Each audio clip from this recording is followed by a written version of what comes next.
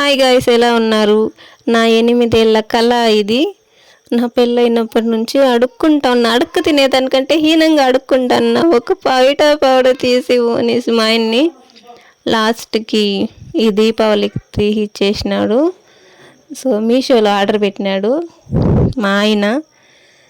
ఇది క్లాత్ వచ్చేసి 3 మీటర్ల కంటే కూడా తక్కువ ఉండదు, 20 సెంటీమీటర్లు తక్కువ ఉంది 3 మీటర్లకి. ఈ సంతోషకరమైన సమయంలో మీకు మాట చెప్పాలనుకుంటున్నా.